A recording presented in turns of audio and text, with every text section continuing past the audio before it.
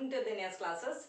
ഇന്ന് നമ്മൾ ഒരു ക്വസ്റ്റ്യൻ പേപ്പറിൽ വന്ന പ്രോബ്ലം ആണ് ഇന്ന് ചെയ്യാൻ പോകുന്നത്. 2020 വന്ന ക്വസ്റ്റ്യൻ പേപ്പറിലത്തെ ക്വസ്റ്റ്യൻ ആണിത്.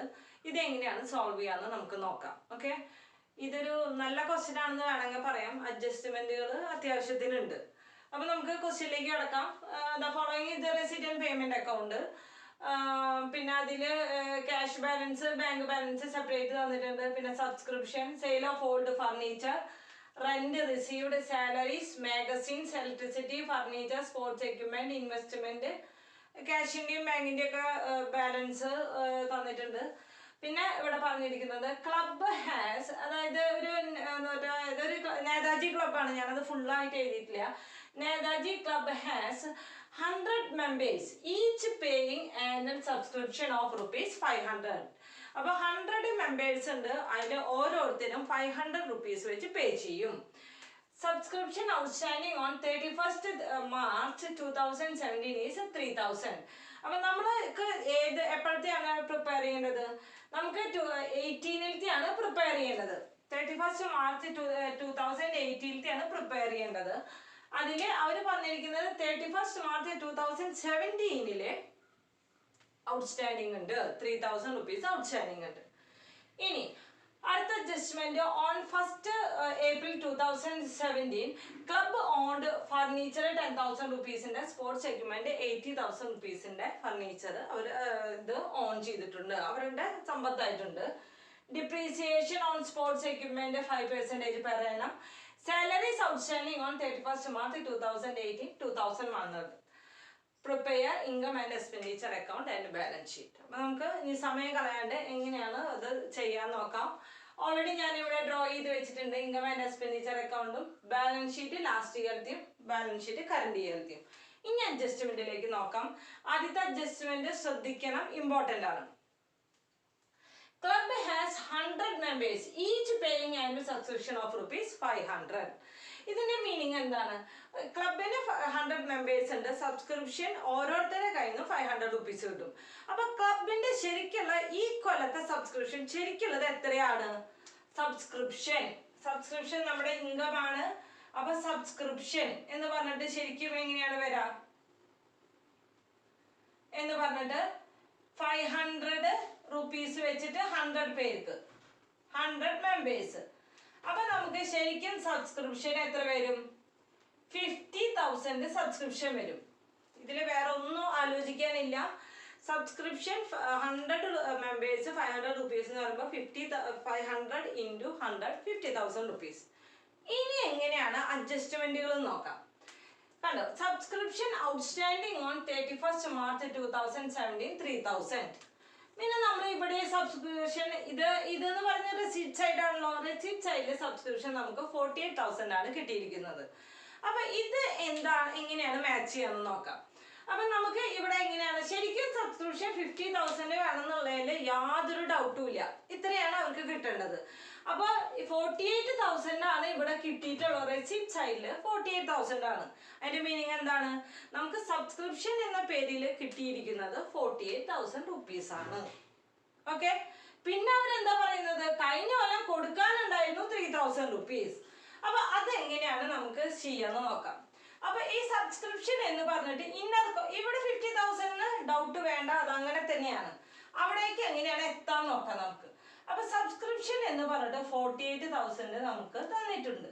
ഓക്കെ, പിന്നെ അവരെന്താ പറഞ്ഞിരിക്കുന്നത്? ഔട്ട്സ്റ്റാൻഡിങ് സബ്സ്ക്രിപ്ഷൻ ആയിട്ട് 3,000, അതായത് കഴിഞ്ഞ കൊല്ലത്തെ സബ്സ്ക്രിപ്ഷൻ ആണ്. ഇക്കൊല്ലത്തെ മാത്രം നമ്മൾ ആഡ് ചെയ്യണോ? കഴിഞ്ഞ കൊല്ലത്തെയും അടുത്ത കൊല്ലത്തെയും നമ്മൾ പ്രീപെയ്ഡ് ആയിട്ട് എന്തെങ്കിലും കൊടുത്തിട്ടുണ്ടെങ്കിൽ അതൊക്കെ നമ്മൾ മൈനസ് ചെയ്തിരിക്കും.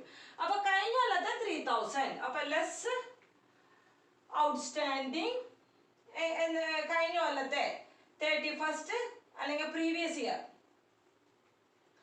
എത്രയുണ്ട്? 3,000.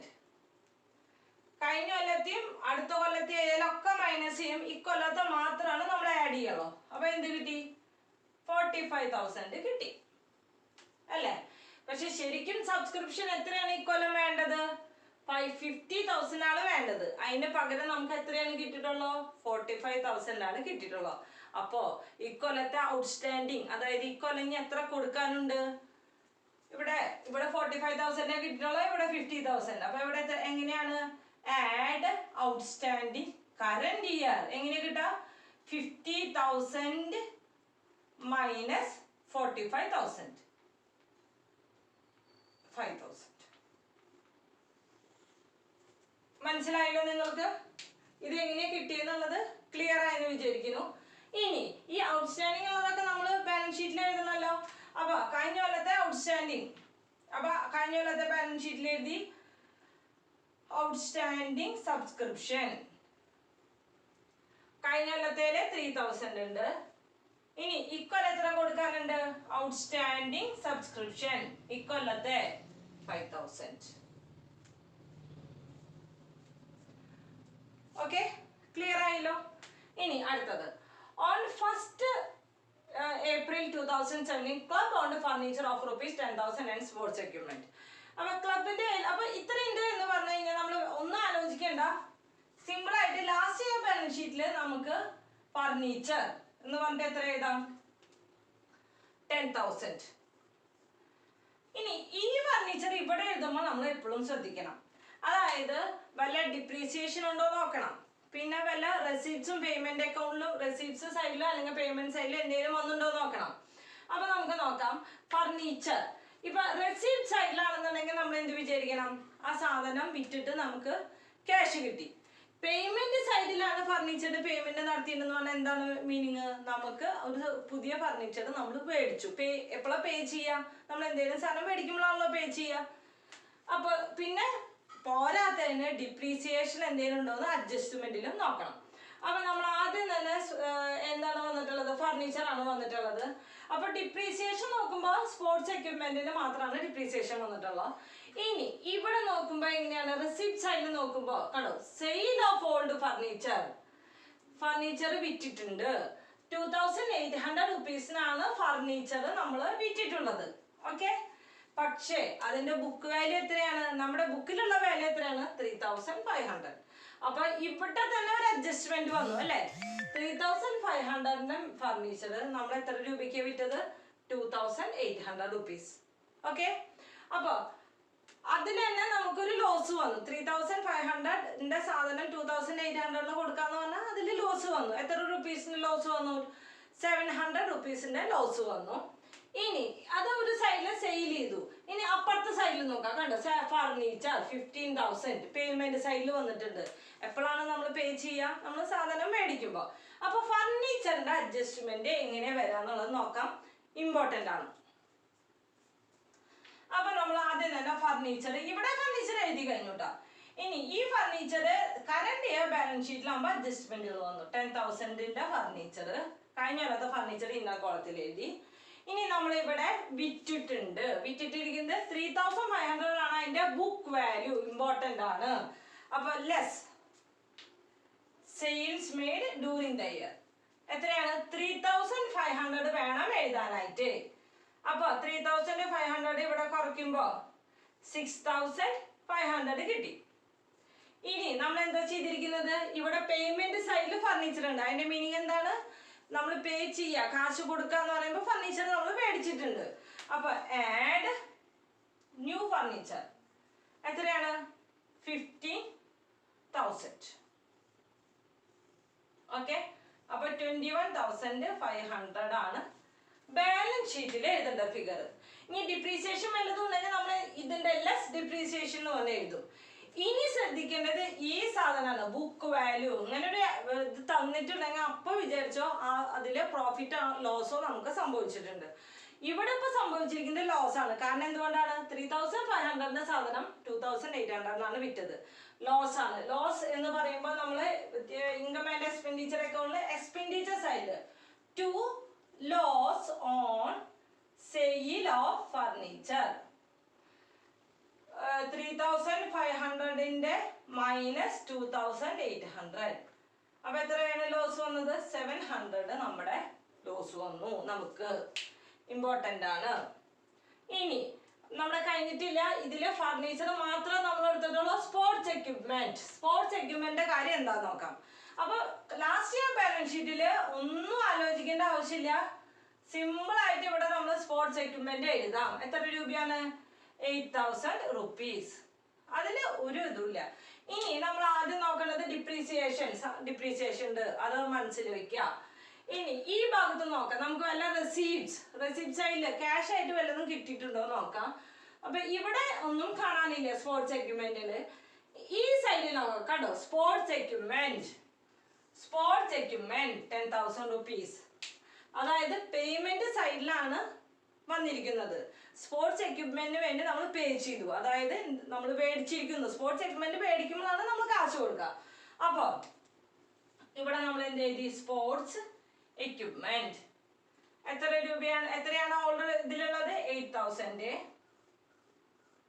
ആഡ് പർച്ചേസസ് എത്ര രൂപയ്ക്കാണ് നമ്മൾ മേടിച്ചത്? എക്സ്ട്രാ കൂടുതൽ മേടിച്ചത് 10,000, 18,000. Less depreciation 5%. 10% എന്ന് പറയുമ്പോൾ 10 കട്ട് ചെയ്യാം, 1,800. 5% എന്ന് പറയുമ്പോൾ അതിന്റെ ഹാഫ്, അതായത് 900. ബാലൻസ് 17,100. ഈ ഡിപ്രീസിയേഷന്റെ ഫിഗർ നമ്മൾ ഇൻകം ആൻഡ് എക്സ്പെൻഡിച്ചർ അക്കൗണ്ടിൽ ടു ഡിപ്രീസിയേഷൻ ഓൺ ഫർണിച്ചർ എത്രയാണ്? 900. മനസ്സിലായല്ലോ? അപ്പൊ ഇതും അതിനോടൊപ്പം കഴിഞ്ഞു, പിന്നത്തെ അഡ്ജസ്റ്റ്മെന്റും അതിനോടൊപ്പം കഴിഞ്ഞു. ഇനി സാലറീസ് ഔട്ട്സ്റ്റാൻഡിങ് ആസ് ഓൺ 31/3/2018. ഈ 2018 ഇതാണ് നമ്മുടെ കറന്റ് ഇയർ. അപ്പൊ ഈ കറന്റ് ഇയറിൽ ഇപ്പൊ ബാലൻസ് ഷീറ്റ് പ്രിപ്പയർ ചെയ്യുന്ന ആ വർഷത്തിൽ നമുക്ക് എത്ര ഔട്ട്സ്റ്റാൻഡിങ് ഉണ്ട്? 2,100 ഔട്ട്സ്റ്റാൻഡിങ് ഉണ്ട്. കറന്റ് ഇയറിലത്തെ എന്ത് കാര്യം വന്നാലും അത് നമ്മൾ ആഡ് ചെയ്യും, കറന്റ് ഇയറിനെ റിലേറ്റ് ചെയ്തിട്ട് എന്ത് വന്നാലും. അപ്പൊ നമ്മള് സാലറീസ് എവിടെ എഴുതാം? നമ്മുടെ ഇതാണ്, എന്താ പറയാ, നമ്മുടെ എക്സ്പെൻസ് ആണ് സാലറീസ് 6,000. ആഡ് ഔട്ട്സ്റ്റാൻഡിങ് സാലറീസ് കൊണ്ട് ഇവിടുത്തെ 6,000 എഴുതി, ഔട്ട്സ്റ്റാൻഡിങ് കൊടുക്കാനുള്ളതാണ് 2,100. ആഡ് ചെയ്യുമ്പോൾ 8,100. ഓക്കെ. ഇനി ഈ ഔട്ട്സ്റ്റാൻഡിങ് സാലറി എന്ന് പറയുന്നത് നമ്മുടെ ലയബിലിറ്റി ആണ്. ഔട്ട്സ്റ്റാൻഡിങ് സാലറീസ് ഇന്ന സൈഡിൽ എഴുതേണ്ട ആവശ്യമില്ല, 2,100. ഓക്കെ. ഇനി എല്ലാ അഡ്ജസ്റ്റ്മെന്റുകളും കഴിഞ്ഞു. ഏതൊക്കെ കഴിഞ്ഞത്? സബ്സ്ക്രിപ്ഷൻ കഴിഞ്ഞു, സെയിൽ ഓഫ് ഓൾഡ് ഫർണിച്ചർ കഴിഞ്ഞു, സാലറീസ് കഴിഞ്ഞു, ഫർണിച്ചർ കഴിഞ്ഞു, സ്പോർട്സ് എക്യുപ്മെന്റ് കഴിഞ്ഞു. ഇത്രയാണ് കഴിഞ്ഞിട്ടുള്ളത്. ഇനി നമുക്ക് മറ്റുള്ളത് എടുത്ത് എഴുതിയേ വേണ്ടു. ഓപ്പണിംഗ് ബാലൻസ് ഓഫ് ക്യാഷ് പ്രത്യേകിച്ച് ഒന്നുമില്ല പറയാനായിട്ട്. Cash in hand, cash at bank. Cash in hand 3,000ഉം ക്യാഷ് അറ്റ് ബാങ്ക് 12,500ഉം. ഓക്കെ. ഇനി അതുപോലെ തന്നെ opening balance of cash, closing balance of cash എന്ന് പറയുന്നത് നമ്മുടെ ഇപ്പോഴത്തെ ബാലൻസ് ഷീറ്റിലത്തെ cash in hand 2,960, cash at bank 15,400. Okay. ഇനി റെന്റ് റിസീവ്ഡ്, റെന്റ് കിട്ടി, അത് നമ്മുടെ ഇൻകം ആണ്. റെന്റ് റിസീവ്ഡ് എത്രയാണ്? 600. മാഗസിൻസ്, ഇലക്ട്രിസിറ്റി, അതൊക്കെ നമ്മുടെ റവന്യൂ പേയ്മെന്റ് ആണ്. അപ്പൊ നമുക്ക് ഇവിടെ എഴുതാം മാഗസിൻസ് 2,340, ഇലക്ട്രിസിറ്റി 3,200. പിന്നെ ഇൻവെസ്റ്റ്മെന്റ് നമ്മുടെ അസറ്റ്, ഇൻവെസ്റ്റ്മെന്റ് 12,000.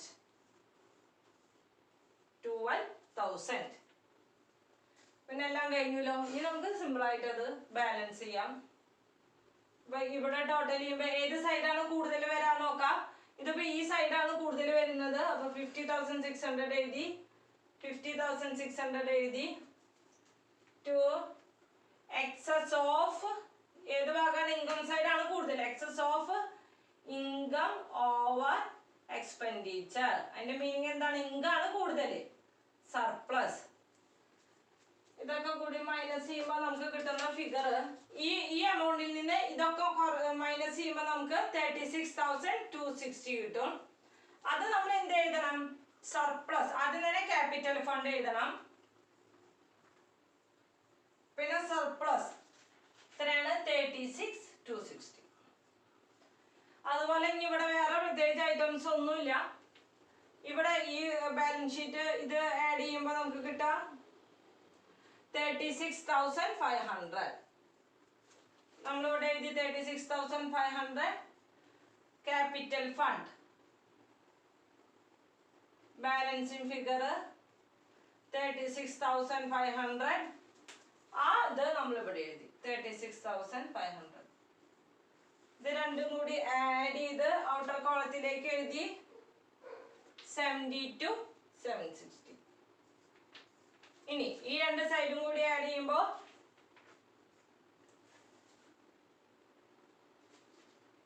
ഔട്ട്സ്റ്റാൻഡിങ് സാലറി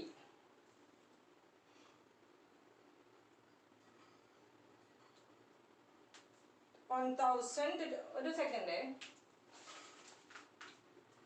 അയ്യോ, ഔട്ട്സ്റ്റാൻഡിങ് സാലറി എന്നത് 2,100 അല്ല, 1,200 ആണ് കേട്ടോ. 1,200. അപ്പൊ ഇവിടെ നമ്മൾ എന്ത് എഴുതും? 1,200 കേട്ടോ. ഞാൻ എഴുതുമ്പോ പെട്ടെന്ന് തെറ്റി എഴുതിയതാണ്. ഇവിടെയും അപ്പൊ നമുക്ക് എന്ത് വരും? 1,200 വരും. ഓക്കെ. അപ്പൊ ഇത് രണ്ടും കൂടി ടോട്ടൽ ചെയ്യുമ്പോ എത്ര വരും? 73,960. ഇവിടെയും 73,960. 73,960. ഓക്കെ. അപ്പൊ അഡ്ജസ്റ്റ്മെന്റുകളൊക്കെ മനസ്സിലായെന്ന് വിചാരിക്കുന്നു. ഇത് ഒരു നല്ല പ്രോബ്ലം ആണ്. ഇതിൽ കുറെ അഡ്ജസ്റ്റ്മെന്റുകൾ വരുന്നുണ്ട്. നിങ്ങൾ ചെയ്ത് നോക്ക്. ചെയ്ത് നോക്കിയിട്ട് എന്തെങ്കിലും ഡൗട്ട് ഉണ്ടെങ്കിൽ എൻ്റെ അടുത്ത് ചോദിക്കും. ഓക്കെ.